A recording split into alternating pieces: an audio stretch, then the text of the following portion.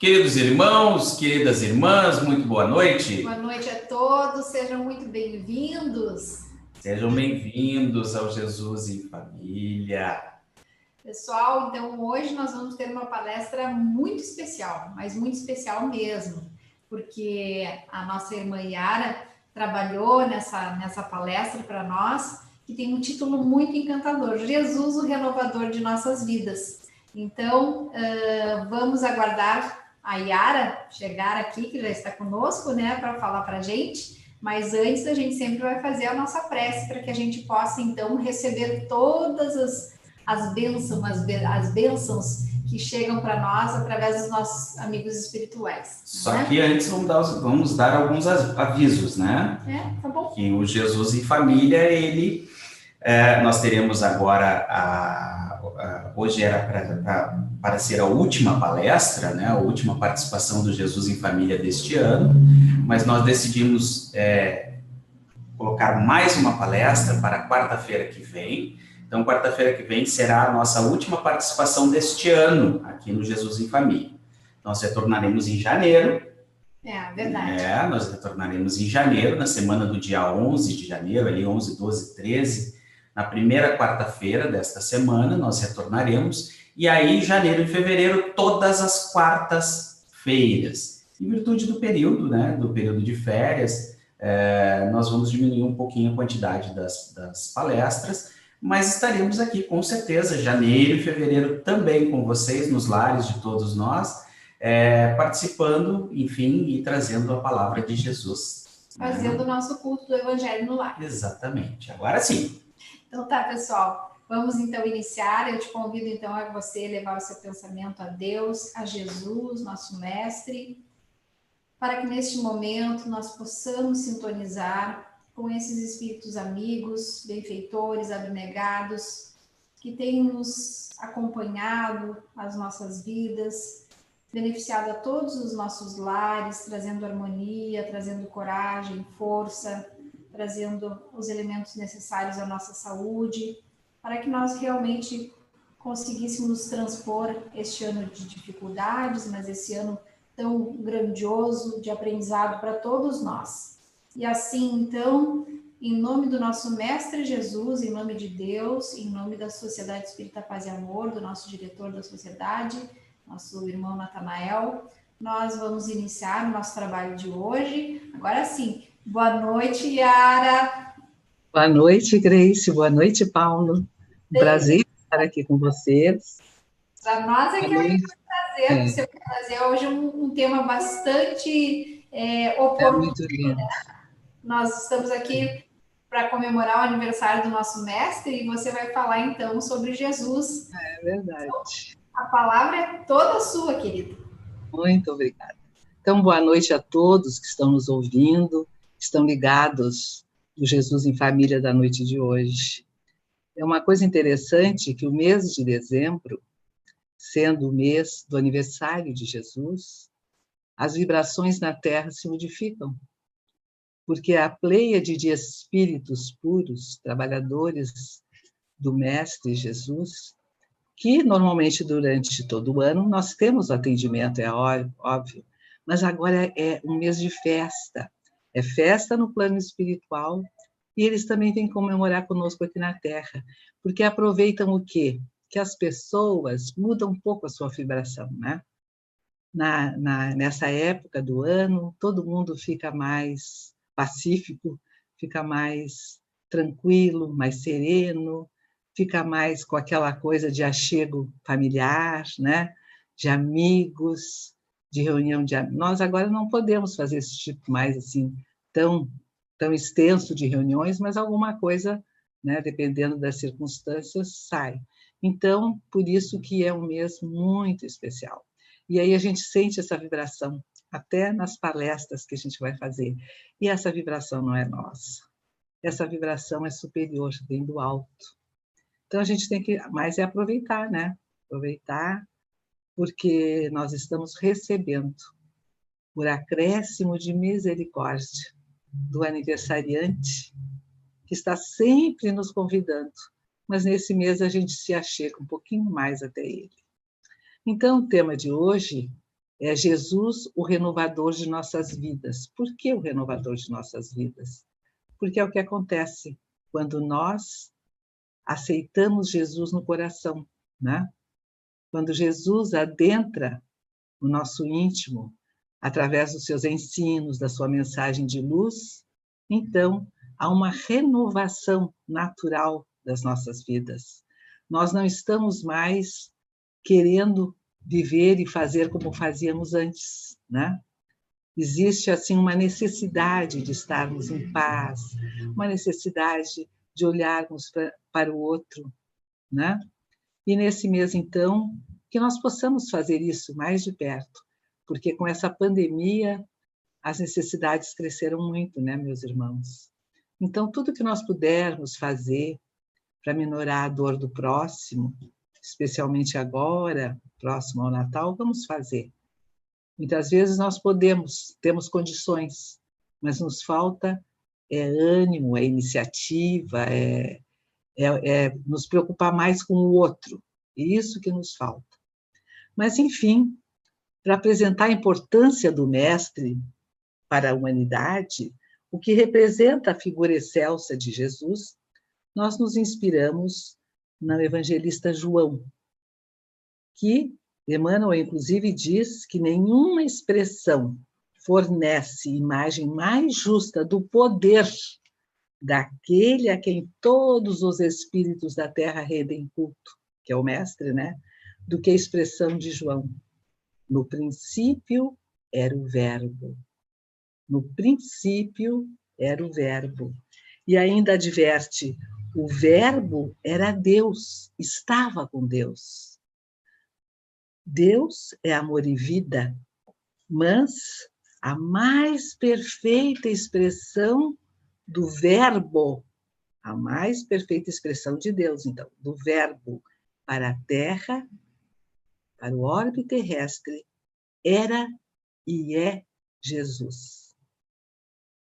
Identificado com a misericórdia e a sabedoria desde a organização do nosso planeta, desde que a Terra se desprendeu da nebulosa solar. Olha, aí já tem um conceito bem diferente, né? Para quem não é espírita, que Jesus está ligado à Terra desde a sua formação. O Mestre é o nosso mentor, o nosso diretor angélico da Terra. Vejam só. Então, Jesus, como ele personifica a sabedoria e o amor, ele tem orientado o desenvolvimento da humanidade, né? E o que ele fez?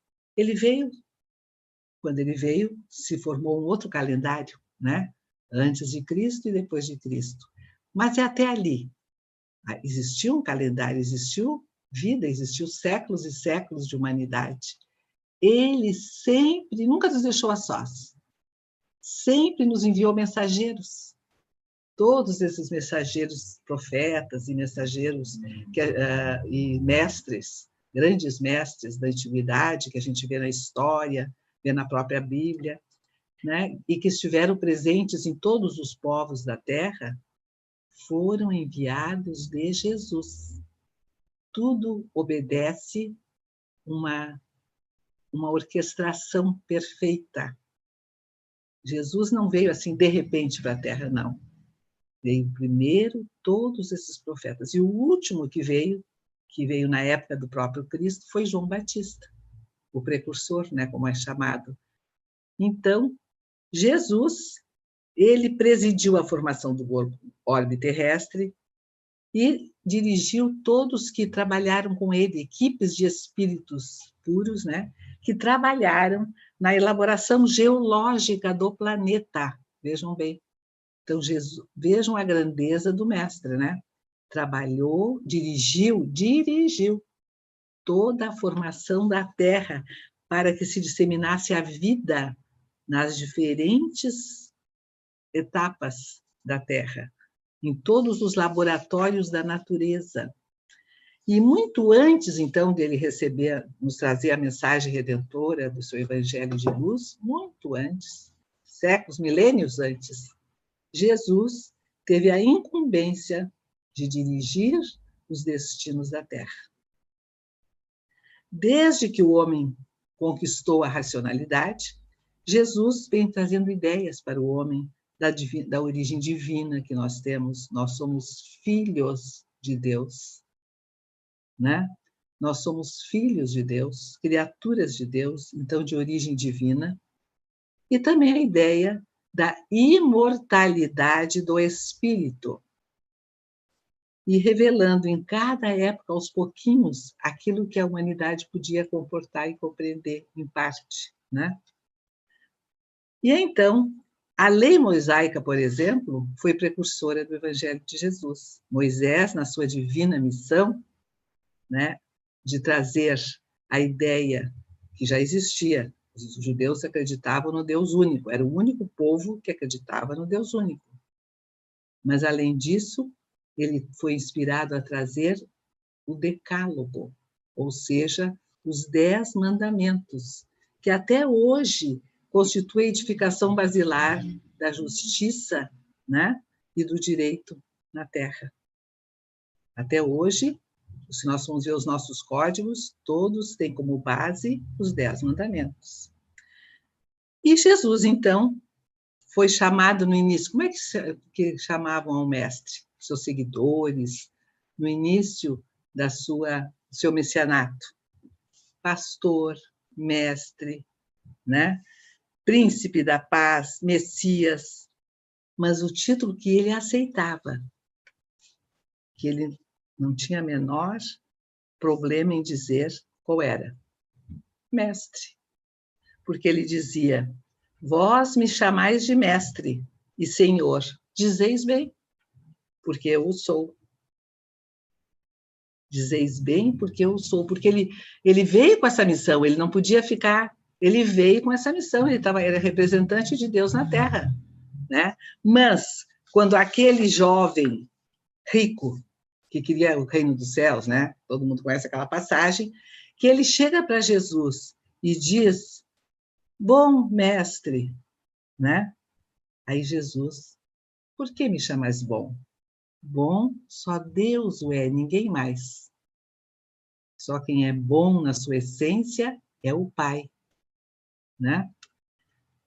E aí os apóstolos observavam também que Jesus contava muita história, gostava de contar história. Ele contava parábolas, muitas parábolas. Então, eles perguntaram a Jesus: por que, Senhor? Eles falam sempre por parábolas para o povo, né? E aí Jesus diz: porque para vós outros vos foi dado conhecer os mistérios do reino dos céus, ao passo que a eles não foi dado. Ouvindo não ouvem, não compreendem, e vendo nada veem. Então, Jesus procurava, através dessas parábolas, que eram baseadas na vida cotidiana. Podem ver como é que as parábolas que ele conta, né? Baseadas na vida cotidiana e, além do mais, adaptadas aos costumes do povo, daquele povo, né? Mas passava, na maioria das vezes, a ideia da vida espiritual. Ele tentava passar essa ideia para o povo. Mas nós vemos que não era só para eles que ele contava essas parábolas, era para deixar para nós. Porque essas parábolas são sementes divinas que viriam a desabrochar no futuro, transformando-se em árvores da vida, né? Árvores de sabedoria para a humanidade. E hoje nós temos a doutrina que elucida, nós aproveitamos, esmiuçamos tudo, todos os ensinos de Jesus. E essas parábolas trazem grandes ensinamentos. A manjedoura, Jesus, quando nasceu, nós sabemos que foi numa manjedoura, porque José foi para fazer o censo, né, em Belém, e não tinha lugar nas estalagens. Então, conseguiram um lugarzinho na estrebaria. E Jesus, então, o seu berço era uma manjedoura. Então, e o que é que Jesus quis nessa forma? Porque ele podia nascer onde quisesse, né? Podia ter escolhido um palácio para nascer, podia ter escolhido a condição que quisesse, mas ele fez questão de nascer justo na época que José tinha que ir lá fazer esse censo e que não tinha lugar nenhum, porque ele queria nos trazer desde o início a maior prova, que é a prova da humildade, certo? A prova da humildade, e que representa a chave de todas as virtudes. Porque tendo humildade, nós não somos egoístas, né? Nós não somos orgulhosos, nós pensamos no outro, nós não nos achamos mais do que ninguém. Então, a primeira virtude que ele nos ensinou foi a humildade, para que a gente pudesse enxergar um pouquinho mais, né? A manjedoura e o Calvário são missões maravilhosas, não resta dúvida que ambas são, mas a manjedoura é que nos traz essa ideia. E, acima de tudo isso, os seus exemplos. Porque Jesus, todos os seus atos, todos os seus exemplos, foram roteiros para nosso aperfeiçoamento. Só que o homem não deu bola, né? Vejam que nós estamos há mais de 2000 anos da vinda do Mestre, e nós ainda estamos como estamos, né? Ainda temos na Terra um planeta de expiação e provas, né? Quando nós estamos ainda lutando muito para vencer as nossas mazelas. E mesmo assim, Jesus remodelou a vida social do planeta, né? Nós já temos agora conceitos de compaixão, de fraternidade, já tem muita gente que se preocupa com isso. Já temos ONGs se preocupando com o ser humano, né? Além do que, de Jesus para cá, houve muito progresso. Nós temos hospitais, temos asilos, temos creches, que naquela época não existia nada disso, né? A gente está sabendo. E uma outra coisa muito importante a destacar no Mestre é que o ensino dele principal, que é amai-vos uns aos outros, o principal é primeiro amar a Deus, na real, né? Amar a Deus sobre todas as coisas e ao próximo como a si mesmo. Assim ele resumiu toda a lei e os profetas. Mas o amai-vos uns aos outros, ele não só ensinou, ele viveu, ele exemplificou. Então, foi o único na face da Terra que exemplificou o amai-vos uns aos outros. Vieram muitos que ensinaram, mas que vivenciaram só o Mestre, né? E a sua exemplificação, nós observamos que é cheia de renúncia e revelando sempre uma imensa afeição pela humanidade. A primeira manifestação do apostolado do Mestre, onde é que foi? Foi na casa de Pedro, que convidou para o seu lar, e lá, então, ele instalou, como relata Neio Lúcio no livro Jesus no Lar, ele instalou o primeiro culto do lar na Terra, na casa de Pedro, e desenvolvendo, assim, a sementeira da felicidade, da paz na conversação doméstica, que nós precisamos disso. Onde nós habitamos em 4 paredes com os nossos familiares, nós precisamos ter um clima de paz. Porque como é que nós vamos reabastecer as nossas energias, né? Como é que nós vamos enfrentar as lutas no dia a dia? Não é no lar? E quando terminamos as nossas atividades, como é bom retornar para casa, né? Rever os nossos queridos. Então, por isso que o culto do Evangelho no lar é tão importante, porque traz Jesus para dentro de casa, né? Jesus, na sua renúncia, na sua exemplificação, ele demonstrou sempre, então, esse amor pela humanidade, ele não fazia diferença nenhuma. Fez companhia aos publicanos, que eram considerados homens de uma vida. O próprio Zaqueu foi tocado pela bondade de Jesus, porque Zaqueu já tinha atos de bondade, mas foi tocado por Jesus e, a partir dali, ele se decidiu a ser sempre, não de vez em quando, né? Um administrador justo e consciente. Nós, como é que somos? Nós somos sempre doadores da vida? Ou é só de vez em quando? Quando nós estamos com vontade? Quando nós mexemos no roupeiro e decidimos pegar, isso aqui eu vou dar? Ou quando é que nós espontaneamente pensamos, eu vou ver o que é que eu posso dar? O que é que eu tenho que eu não estou usando? porque tem tanta gente com necessidade. Eu tenho supérfluo na minha mesa. O outro não tem, muitas vezes, o que vestir, não tem o que calçar, né? Às vezes tem que usar uma caixinha de papelão dentro do sapato para tapar o furo no sapato. Então, aí vem essa coisa que Jesus nos ensinou, da doação, não esperar, buscar. E Jesus, então, ele, na última ceia, por exemplo, ele mostra uma afetividade muito grande com seus apóstolos. Ele lava os pés dos apóstolos, ele cinge a cintura com uma toalha, porque aquilo era uma demonstração que na época havia dos escravos, quando iam servir o Senhor. Ele fez questão de se mostrar servo de todos, né? Dando o ensinamento de que nós não devemos nunca querer ser o maior, né? E vai ao encontro, Jesus, de Madalena. Madalena era possuída por 7 demônios. Ele vai ao encontro dela e a converte em mensageira de luz. Porque vocês podemos imaginar o que seja ver Jesus, conversar com Jesus, receber a vibração dele. Outro dia eu estava vendo um vídeo do Chico Xavier, numa entrevista da Hebe. E tanto a Hebe como a Nair Bela não paravam de chorar. Elas tinham que fazer pausas, porque a vontade de chorar era tão assim espontânea que elas, acostumadas a tratar com o público, não conseguiam se segurar.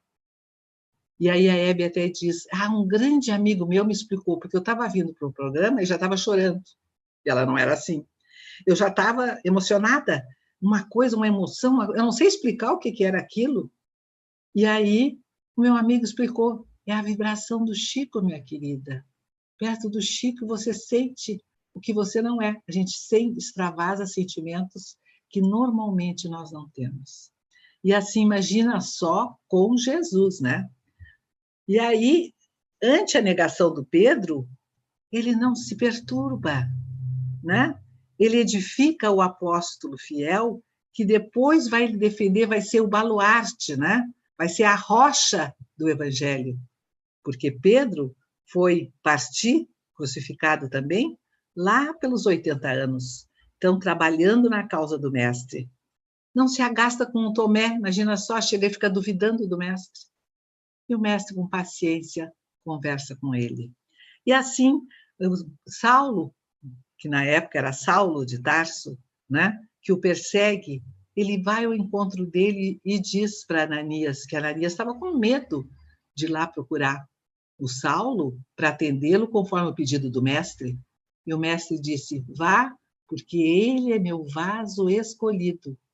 E ele, então, com seu amor, se apresenta a Saulo no caminho de Damasco, e Saulo sente a grandeza do mestre, e dali para frente mudou a vida dele, né? Agora vejam bem, né, como esses missionários que foram, né, como trabalharam com Jesus e como se modificaram quando sentiram a grandeza e a verdade do mestre. Hoje nós sabemos de tudo isso, né? E o que acontece? O que mudou na nossa vida o conhecimento de Jesus? A gente tem que avaliar, né?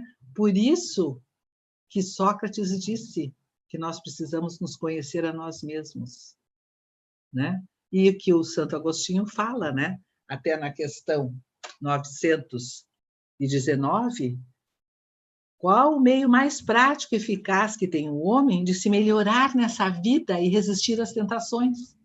Aí ele diz, um sábio da antiguidade, que nós citamos há pouco, disse, conhece-te a ti mesmo.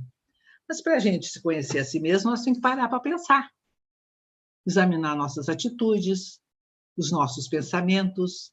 Às vezes a gente não sabe como é que é, mas fica sabendo, pela nossa reação instintiva. A gente fica sabendo se a gente tem amor, se a gente ainda tem muito prurido, se a gente se ofende por qualquer coisa, nós sabemos pela reação. É a coisa mais tranquila de saber como nós somos e o que fomos nossas existências, pelas nossas tendências, né? Então, mas uma coisa importante que nos fala Emmanuel, a fé e o otimismo do Cristo começaram desde o seu nascimento, né? Então, Emmanuel sugere que nós tomemos por marco a nossa própria existência, a partir de agora, começar a pensar, começar a fazer alguma coisa, trabalhar, servir, para que nós possamos, assim, valorizar e ser gratos a tudo que o Mestre nos deu. E, na questão 625, de O Livro dos Espíritos, que é a primeira obra básica, né? A obra máxima da codificação, porque reúne tudo. Depois nós temos as outras que desenvolvem partes do livro, O Livro dos Espíritos. O Kardec pergunta para os espíritos: qual é o tipo mais perfeito que Deus tem oferecido ao homem? E olha só a pergunta do Kardec. Ele não perguntou só isso. Qual é o tipo mais perfeito que veio para a Terra? Podia ter perguntado isso, né? Mas ele acrescenta: para servir para a humanidade de guia e modelo. Porque guia é para ser seguido. É um guia que nos mostra o caminho. E modelo para ser copiado, para a gente ver como é que ele age, como é que é o certo, como é que é melhor. E nós adaptarmos a nossa vida. Então, qual é o guia e o modelo, né, mais perfeito? E a resposta foi uma palavrinha: Jesus, né?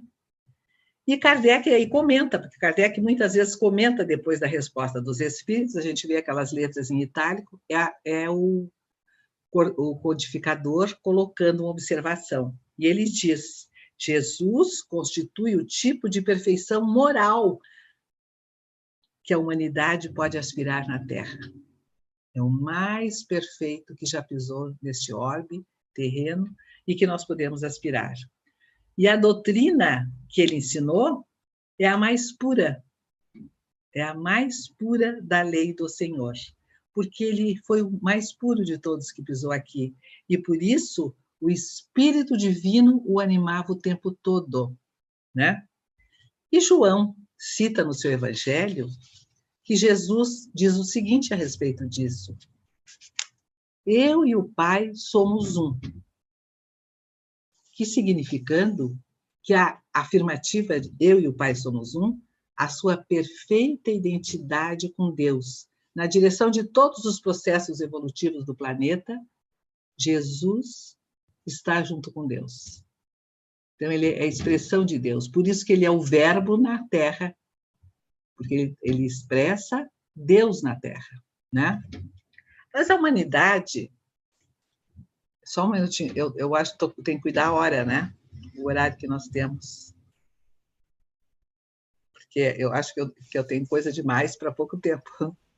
Yara, o assunto é de extrema relevância, então você que sabe qual o horário que você vai fazer. Então, eu vou fazer assim, eu vou falando. A hora que você achar assim, tá bom, tá de bom tamanho, você dá um sorrisinho para mim que eu já entendo. Tá? Segue firme aí que a gente está adorando. Tenho certeza que todo mundo está adorando. Então, naquela época, a humanidade não estava amadurecida para compreender os ensinos de Jesus. Tanto é que ele tinha que falar por parábolas, muita coisa ele falava só para os apóstolos, porque a gente vê que com a partida de Jesus, os apóstolos receberam, né, o Espírito Santo, ou seja, aquela pleiade de espíritos que trabalhavam para Jesus e que vieram assessorá-los, e eles transformar o planeta, né, no seu trabalho de evangelização da Terra. Mas eles conviveram com Jesus e um deles diz que se fosse escrever tudo que eles ouviram do Mestre, tudo que o Mestre ensinou, não caberiam nos livros, né? Então, nós temos uma parte dessa mensagem. E naquela época, a humanidade não tinha condição. Jesus fez o máximo que pôde. E aí, então, os apóstolos ficaram meio tristes, porque ele ia partir, e agora? Como é que eles iam ficar? Né? Tendo que conduzir tudo que ele ensinou, e agora? Então, Jesus disse não. Vejam bem que Jesus diz: eu vou pedir ao Pai, e ele vai enviar outro Consolador, porque Jesus era o Consolador por excelência, mas ia enviar um outro Consolador para ficar eternamente convosco. E esse Consolador vai vos ensinar todas as coisas. Por que ele falou vai ensinar todas as coisas? Porque é lógico que ele, na época, não podia ensinar tudo. Tinha muita coisa ainda para ensinar. Então, ele ia mandar alguém que ia representá-lo, que ia trazer os outros ensinos que ele não pôde trazer. E também disse, vos fará recordar tudo que eu tenho dito. Então, esse Consolador ia ensinar coisas novas, ia recordar o que Jesus falou, porque tinha que recordar primeiro o que ele falou para depois acrescentar, né? Entende? Primeiro tinha que relembrar, reavivar tudo que Jesus trouxe e aí explicar, interpretar e complementar. E se ele disse que varia recordar tudo, o que é que subentende? Que ia ser esquecido. E Jesus sabia disso, que seria esquecido ou mal compreendido, até deturpado, como a gente vê muitas vezes, né? E ele diz uma outra coisa muito interessante que a gente vê nas obras espíritas, que ele diz assim, mais tarde enviarei o Consolador. Até aí tudo bem, ele já está dizendo aqui, né? Que vos esclarecerá em meu nome, como agora vos falo em nome do meu Pai.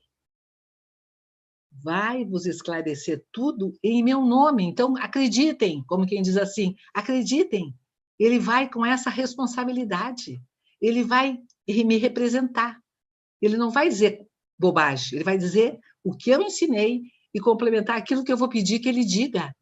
Porque Jesus ia continuar dirigindo o orbe terreno. Não ia simplesmente partir depois daqueles 3 anos, né, de educação intensiva na Terra e dar adeus. Não, ele ia continuar. Então, só que ele ia mandar alguém que fosse eterno, não era um profeta, porque nós na Terra temos data de validade, né? Então, ia vir algum, que depois nós vamos ver agora, que traria todos esses ensinos de volta. Então, nós recebemos o quê? A doutrina dos espíritos, o espiritismo, que veio sendo trazido em todo o globo terrestre, as vozes dos espíritos se disseminaram, né? E Jesus enviou um mensageiro seu, capacitado, né? Com muito amor no coração para representar o mestre, né? Que viria não para ser o consolador ou mas para organizar, porque como os espíritos do Senhor viriam, os espíritos superiores viriam trazer as mensagens, viriam nos trazer o ensino do mestre e complementar tudo mais que tinha que vir, como é que nós ia fazer aqui na Terra? Se em todo ponto do globo surgiu, né? Propagou-se essa mensagem espiritual. Tinha que ter um corpo de doutrina, uma organização, uma metodização, conforme a nossa irmã Sandra, né, com muita autoridade, falou para nós, com muito discernimento, que o codificador Allan Kardec veio especialmente para fazer essa organização. E teve muito cuidado, ele teve tanto cuidado que ele colocou, tinha que ter um nome, como é que vai publicar uma obra sem nome? O livro é dos espíritos, mas quem é que é o responsável por essa obra? Então ele colocou Allan Kardec, porque numa vida anterior, ele soube através de uma comunicação que ele tinha sido um sacerdote druida com o nome de Allan Kardec. Então, ele estava dizendo a verdade, era ele mesmo que estava responsável. Só que ele não utilizou o nome Hippolyte Léon Denis Rivaio, porque era um pedagogo famoso, era um insigne, né? Participante da Academia de Letras e coisas assim. Então, tinha que ser alguém que não remetesse a nada, para que a humanidade se prestasse atenção no conteúdo e não no autor. E por isso nós tivemos, então, o Espiritismo, que é uma doutrina racional e esclarecedora, né? Porque naquela época Jesus deu as bem-aventuranças, disse coisas maravilhosas, prometeu o reino dos céus. Então as pessoas esperando esse reino do céu, elas se conformavam no sofrimento, mas não estavam sabendo por que estavam sofrendo. E aí vem a doutrina e traz uma consolação suprema para todos os deserdados da terra, porque ela atribui uma causa justa e útil. Não é só dizer, você sofre porque você plantou e você está colhendo. Não, além de ser uma causa justa, ela é útil, porque todas as dores nos trazem ensinamentos, nos fortalecem, né? Então, essa é a doutrina. E Emmanuel, no prefácio da obra Jesus no Lar, que nós citamos ontem, ditada por Neio Lúcio, pelo espírito Neio Lúcio, ele diz que quando o homem percebe a grandeza da Boa Nova, que ele percebe a grandeza, que ele não considera a Boa Nova como um manual para ser utilizado na igreja, na hora da palestra, né? Mas ele considera a Boa Nova um roteiro de vida, algo que nós temos que incorporar no nosso dia a dia. Então, quando nós sentimos essa grandeza, nós não ficamos satisfeitos em apenas tirar 1, 2 vezes por semana, 1 hora das nossas 24 de cada dia para irmos assistir uma palestra, que, aliás, nos faz muito bem, porque neste momento nós estamos ligados à corrente espiritual e recebendo auxílio, é verdade. Mas nós não nos satisfazemos só com isso. Nós queremos estar com Jesus.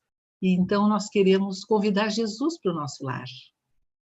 Então, por isso que ele diz que o mestre não é só o condutor do nosso raciocínio, o legislador da crença, palavras de Emmanuel, o reformador da civilização, mas ele é o renovador da vida de cada um. Por isso o título do nosso tema, Jesus, o renovador das nossas vidas, de cada um de nós. Quer dizer, ele tenta ser, nós teremos que querer. E aí, então, com isso, quando nós trazemos Jesus para dentro de casa, muda. Porque, vejam bem, trazer o evangelho para o lar, com hora certa, recebendo os amigos espirituais que vêm especialmente. Porque tem gente que diz assim, mas eu leio o evangelho e rezo, não preciso fazer o culto. Está enganado. Ótimo que leia o evangelho e ore. Está recebendo suprimento espiritual, sim. Mas é diferente nós sentarmos ao redor da mesa, onde recebemos o alimento material, e recebermos o alimento espiritual. Recebermos convidados que vêm aqui à nossa casa participar conosco e criam afeto, afeição conosco. Muitas vezes espíritos designados que às vezes não nos conheciam. Lógico que muitas vezes aqueles nossos já ligados a nós, que conseguem ficar junto, bem. Mas às vezes vêm outros e eles tomam-se de amizade por nós, de afeto, e ficam torcendo pela nossa modificação, para as coisas correrem bem, né? Então, quando Jesus adentra o nosso lar, vai haver uma modificação, sim. Vamos aprender a corrigir a nossa maneira de ser, vamos cuidar o tom da voz. E quando não cuidamos, porque não vai dizer que vamos chegar já bonitinho e nos tornando exemplos de caridade, de amor. Não é assim. Quem dera fosse, né? Quem dera fosse. Nós somos, mas nós vamos aos pouquinhos mudando. E tem um detalhe, nós nos damos conta. A gente faz uma coisa errada e se dá conta. Porque as lições que nós estamos lendo, aquele horário do culto, os mentores aproveitam para nos insuflar intuições, para nós enxergar com outra visão aquela leitura que nós estamos fazendo, não naquela hora que fizemos sozinho. Ali nós vamos enxergar com outra maneira e nós vamos comentar, às vezes até um filho faz um comentário que nos deixa assim abobados. Como é que ele percebeu essa nuance, não é mesmo? Então é o sentimento que vai aflorando nesses contatos com Jesus, né? No Livro dos Espíritos, Kardec, na sua conclusão, lá no 8º item, ele diz que tem pessoas que ensinam os espíritos, que falam o seguinte: os espíritos vieram trazer uma moral diferente de Jesus? Tem alguma coisa melhor? Porque, para mim, Jesus está bem. O espiritismo traz alguma novidade, alguma moral diferenciada?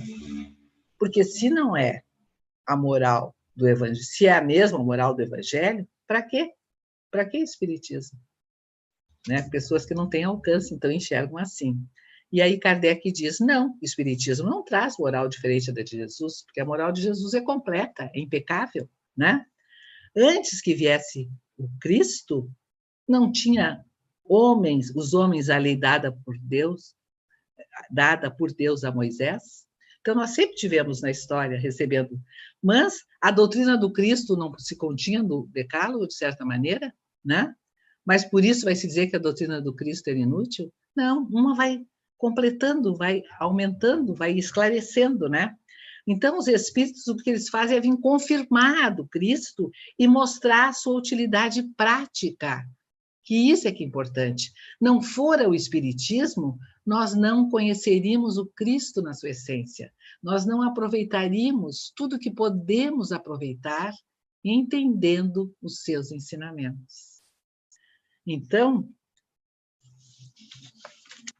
eu acho que eu vou cortar um pouquinho, porque senão eu vou levar 1h30. Então, nós vamos trazer aqui, então, agora, uma história. Nós tínhamos ainda para falar na iniciação do Evangelho de Jesus, quando ele tinha 30 anos, como é que foi, né, a primeira vez. Mas podemos fazer isso uma outra vez, né? Em que ele conta que ele veio fundar o reino de Deus na Terra, respondendo à pergunta de um sacerdote, e o sacerdote, irônico, pergunta, mas que reino é esse? Daí ele diz, esse reino de Jesus, ele tinha 30 anos aí, é a obra divina no coração dos homens. Esse reino de Deus que eu vim fundar na Terra é a obra divina no coração dos homens, porque nós temos o reino de Deus em nós, todos temos, mas o nosso, lá na nossa consciência, no nosso interior, muitas vezes o reino de Deus está cheio de teia de aranha, porque nós não o buscamos, nós não vivemos esse reino. E esse reino de Deus seria nós vivermos os ensinos do Mestre, fazermos a nossa reforma íntima, né? Então, passando por isso aí tudo, nós vamos falar nos apóstolos, em geral, eles então se dedicaram um longo tempo para o Evangelho de Jesus. E sofreram muito. Jesus ensinou no começo o que eles tinham que fazer. Na primeira vez, eles foram 2 a 2 nas cidades difundir o Evangelho, e Jesus já avisou que eles poderiam ser perseguidos, espancados, aquela coisa toda que a gente vê no Evangelho de Mateus, que ele explica toda a orientação que Jesus dá, está no Evangelho de Mateus, como é que eles tinham que agir, né? Ver se a casa aceitava ou não que eles fossem, então aquilo tudo. E eles aprenderam direitinho, porque eles demonstraram a vida inteira a dedicação ao Mestre, e foram esfolados vivos, foram mortos, perseguidos, né?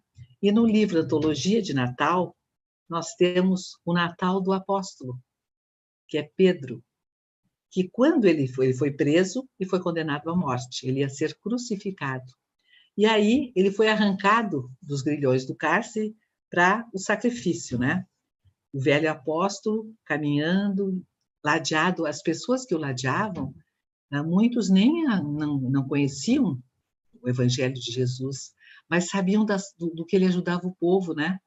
De tudo que ele fazia, então se condoíam, mulheres, crianças se aproximavam, queriam beijar a sua mão, consideravam assim como se ele fosse um santo, né? E aí, então, até os soldados, que tinham muitos colegas que tinham tido seus filhos curados por Pedro, estavam respeitando, estavam seguindo a escolta, mas não diziam nada. Mas tinha um pretoriano, Sertório Aniceto, que não poupava o sarcasmo. Ele, vendo aquele respeito que estava havendo naquela procissão, ele começava a gritar e dizer: lixo humano, né? Judeu sujo, tu envergonharias os postes da arena, ladrão imundo, chegou o seu fim. Aí ele dizia um monte de impropério, mas Pedro, em silêncio, orando, se dirigiu então para a colina, onde ele foi. Chegando lá, ele foi retirado as suas vestes, né? E ele foi crucificado.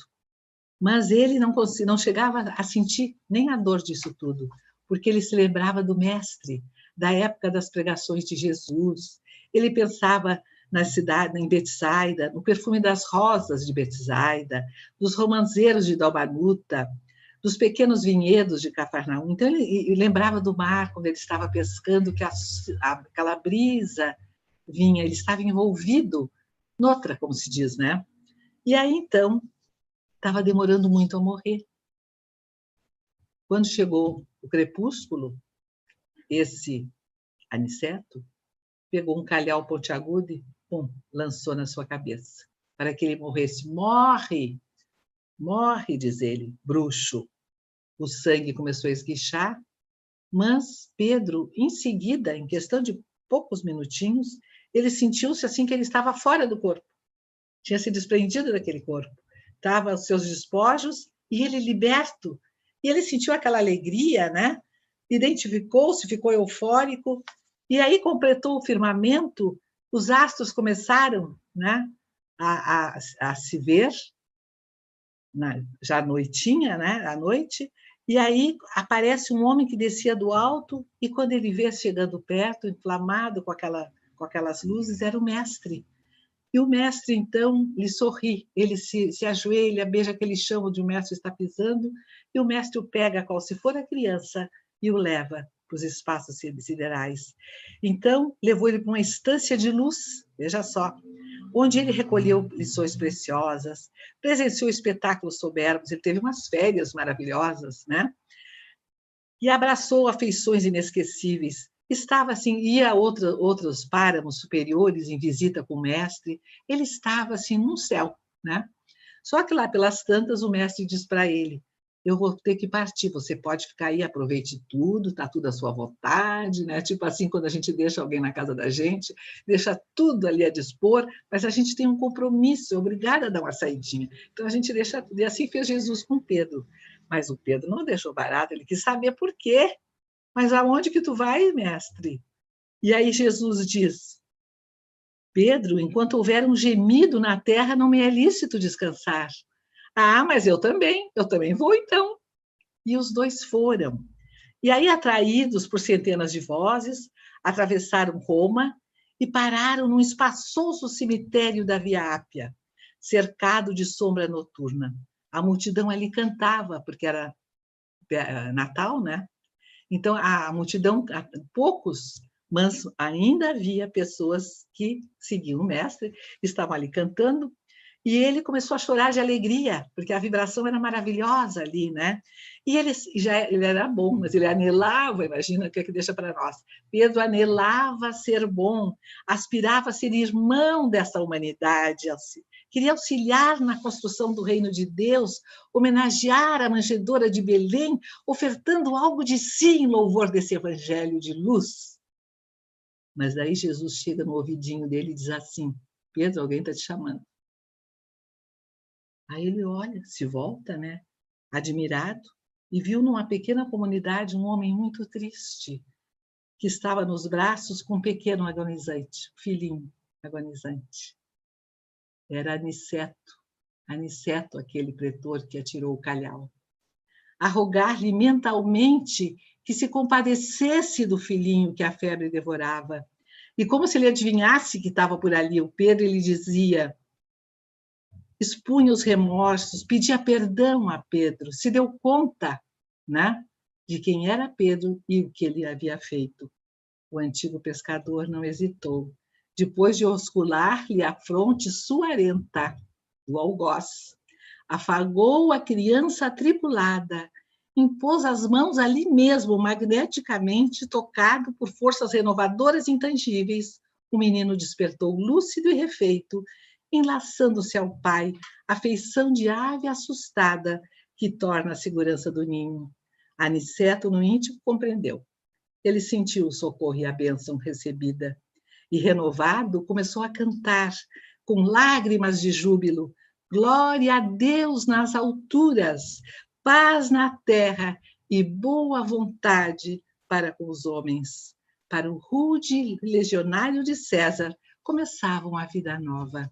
E para Pedro, o serviço continuou. E aí, então, com essa história, acho que já me adiantei bastante na hora.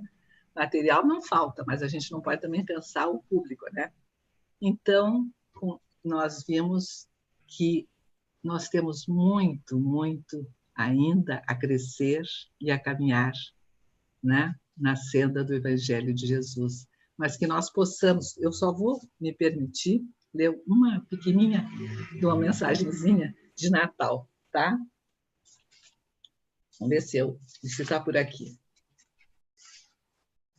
Está aqui.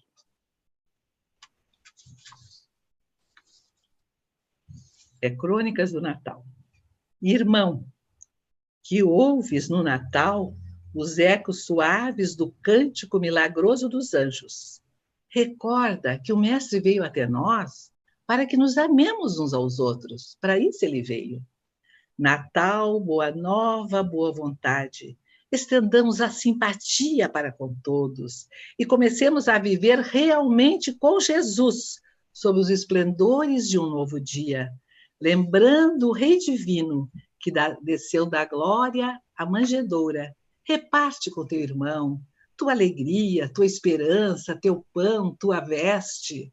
Recorda que ele, em sua divina magnificência, elegeu por primeiros amigos e benfeitores aqueles que do mundo nada possuíam para dar, além da pobreza ignorada e a singeleza. Não importa sejas, enquanto terno e generoso para com o próximo, somente um dia, né? Somente no dia de Natal.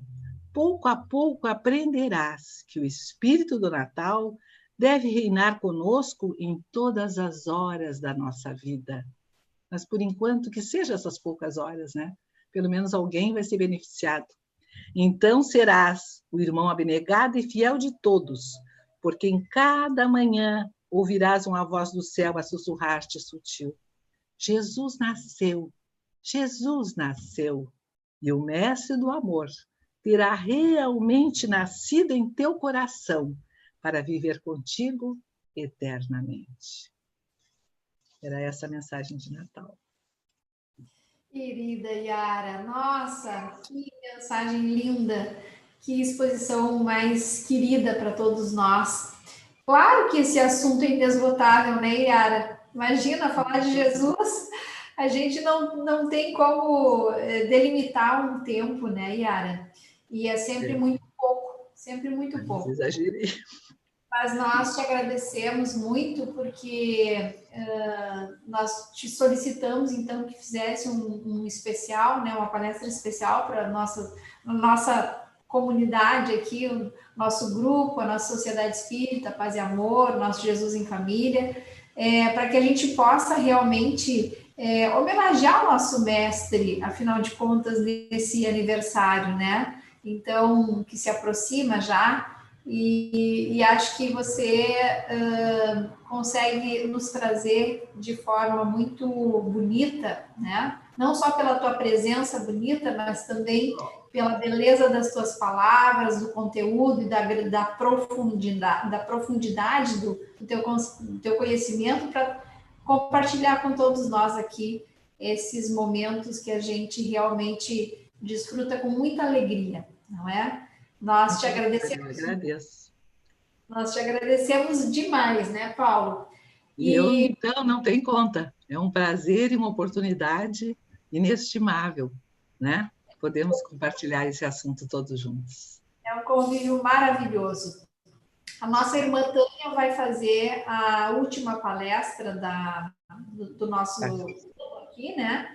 Porque ela não pôde fazer a palestra na semana passada e nos contou que tinha preparado uma palestra sobre Maria, Mãe de Jesus. Veja só. Que coisa linda, que coisa linda. Como é que nós vamos deixar de assistir, né, Tânia? Né, Yara? Como é que nós vamos não, eu vou estar na primeira cadeira para ouvir. Então, na verdade, o encerramento seria com essa tua palestra. Mas então, nós, com muita alegria, nós vamos ter um bônus extra aí na semana que vem. Mas, maravilha, todo mundo vai apreciar, com certeza.